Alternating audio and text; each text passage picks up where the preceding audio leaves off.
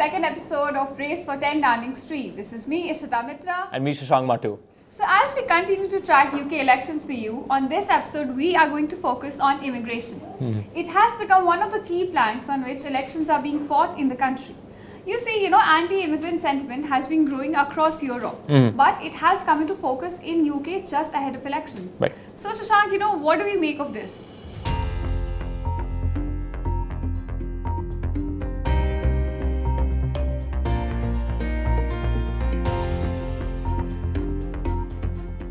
So it's no secret that immigration has actually become one of the big issues in the upcoming UK elections.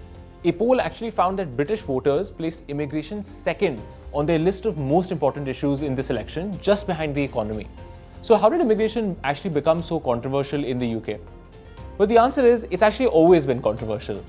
For the last few decades, Britain has allowed migrants in from all corners of the globe. From the migration of British Indians in the 1950s and 1960s to Eastern Europeans in the 1990s, Britain has become a much more diverse society. So today, around 14% of the UK's population was actually born outside the country. But increased immigration has not been popular, with significant numbers of Britons actually opposing taking in so many migrants. Numerous surveys show that British citizens are concerned about losing jobs and social care benefits to immigrants. They're also concerned about changes to British society and culture because of people coming in from different countries. Now, immigration was considered a big reason why many citizens voted to leave the European Union in 2016. In many cases, they actually wanted to take back control of the country's borders and also to restrict immigration into the country. And this did work, with EU citizens' migration to the UK coming down. But immigration to the UK from non-EU countries, like let's say India, actually remains pretty high. In 2022, net migration added 606,000 people to the British population who are going to be there long term. Then there's also the problem of asylum seekers coming to the UK. Now, this is also known popularly as the small boats crisis, since refugees from Afghanistan, Iran, Turkey are trying to cross the English Channel in small boats to reach the UK.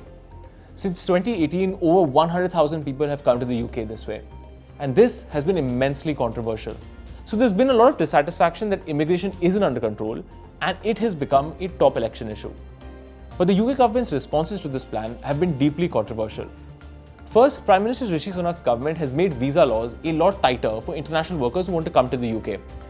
This and a bunch of other measures are expected to cut legal migration to the UK by around 300,000 over the next couple of years.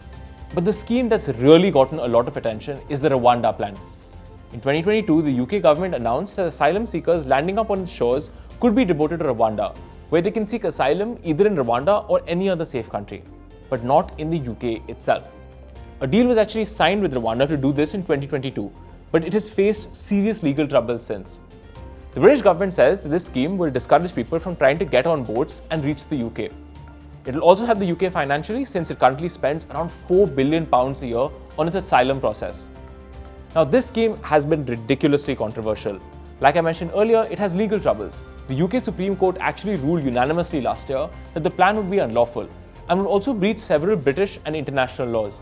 Opposition parties and human rights groups have criticized the policy, but it remains a major election plank.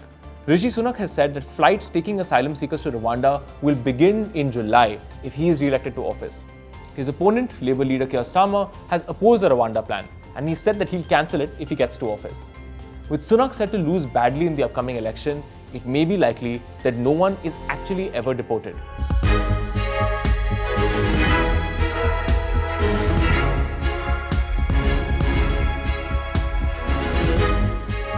So as Shashank mentioned about immigration being a key plank in the politics of UK, one of the reasons why it has become a contested issue is because sectarian politics is now sweeping into the UK's political landscape. Because you see, while immigrants do put excess pressure on resources, they also have an effect on the social cohesion when they bring in different socio-cultural views along with them to a country.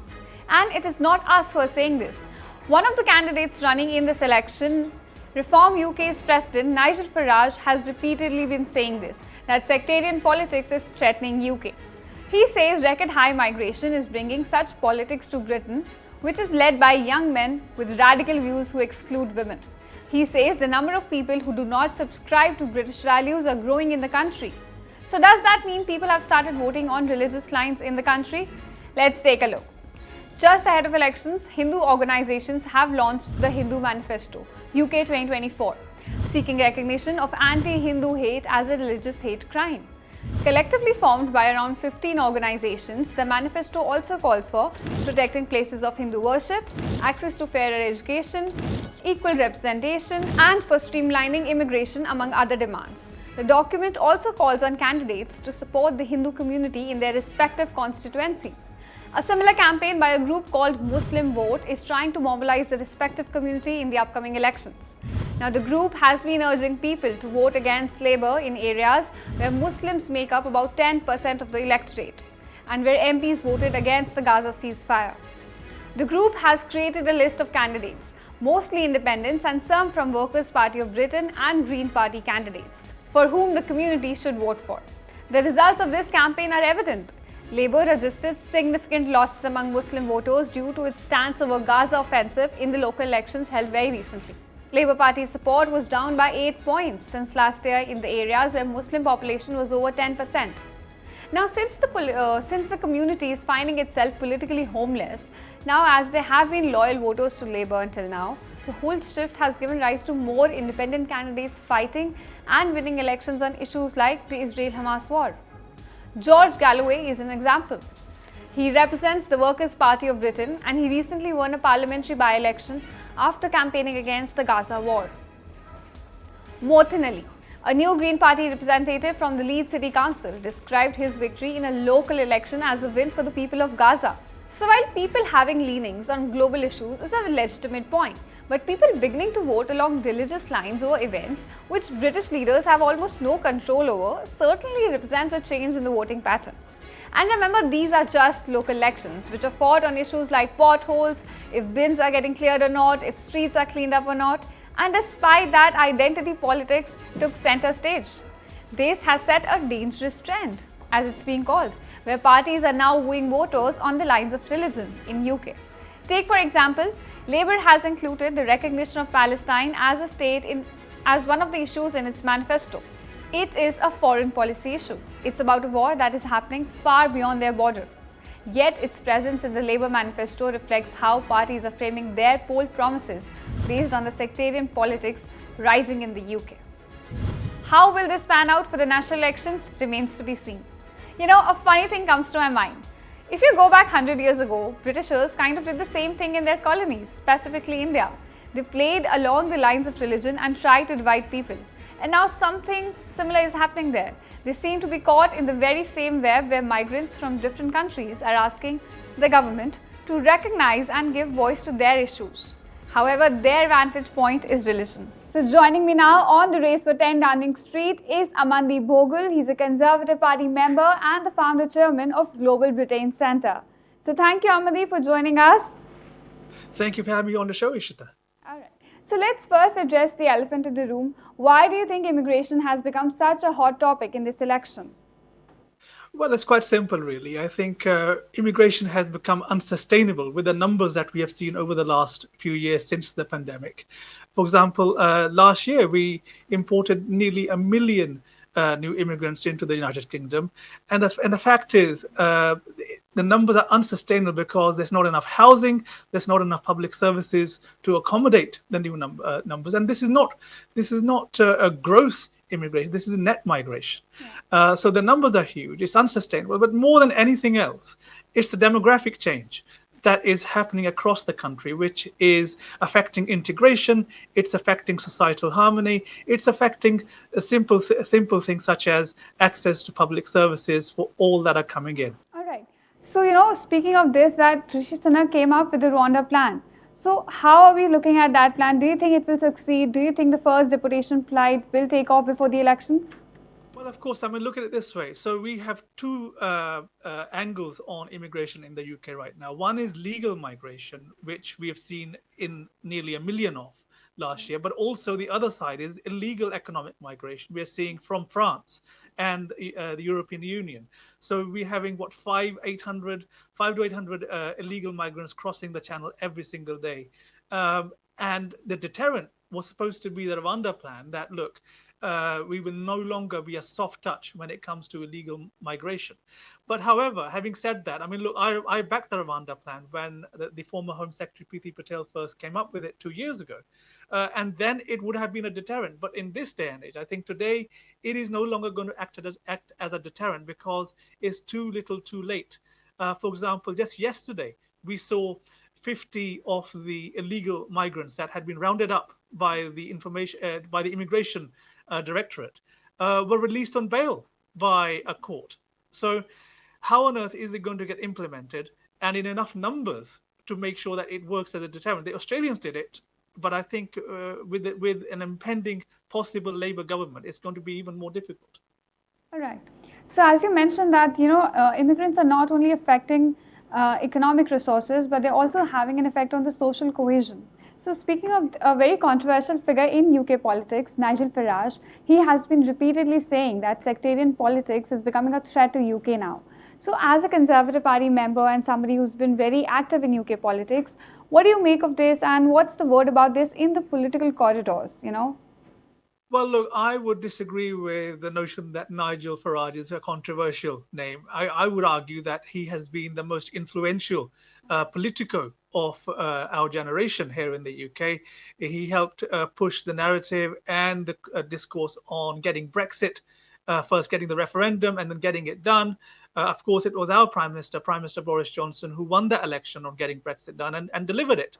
However, I would say that, look, Nigel makes a very good point about the higher threat we face in the UK democracy from sectarian politics. For example, just last month, we saw a number of councillors, even a few MPs in the by-elections before that elected, who campaigned not on local issues, not on issues that matter to the constituents here in the UK, but on issues that are extraterritorial, that are foreign. For example, campaigning on Gaza, campaigning on the Israel-Palestine conflict. And what that has done is that has made politics a bit more toxic in the UK. That, for example, we've seen since 7th of October, the terrorist attacks on 7th of October, every single Saturday, British Jews find it increasingly more difficult to step out onto their own streets in London because we see these hate marches week in, week out. And that's having an impact on politics itself, where candidates, elected representatives are dedicating their victories not to the local bin collections or the local roads, the local potholes that they want to fix, but to free Gaza, to free Kashmir. And that's a worrying trend, I think. Exactly. So, as you mentioned about the hate marches and about the rallies being taken in UK, so, how much do you think Israel-Hamas war has impacted UK's politics? And do you think this social friction is being leveraged by some political leaders? Well, I would argue yes. I mean, we've seen already, we saw with the Green Party's manifesto launch, I think yesterday, where they have now committed that if they were to form a government, of course, that's never going to happen, but they would recognize the state of Palestine on day one of their government. But what I'm expecting, and we've already heard a lot about this from the Labour deputy leader, Angela Rayner, a few weeks ago, where she was pleading with some of the local imams and mosque leaders in her constituency that they should vote for her and the Labour Party because on day one of a Labour government, they would recognize the state of Palestine and, of course, send lots of UK aid money to help rebuild Gaza. And, of course, this is now happening because we've got an insurgent party on the left, the Workers' Party of GB, led by George Galloway, again, a very controversial figure who just recently won a by-election and got himself elected to Parliament again on a single ticket campaign, which was to free Gaza. So all of that is happening. The Labour Party is pandering and appeasing a lot of this sectarian politics.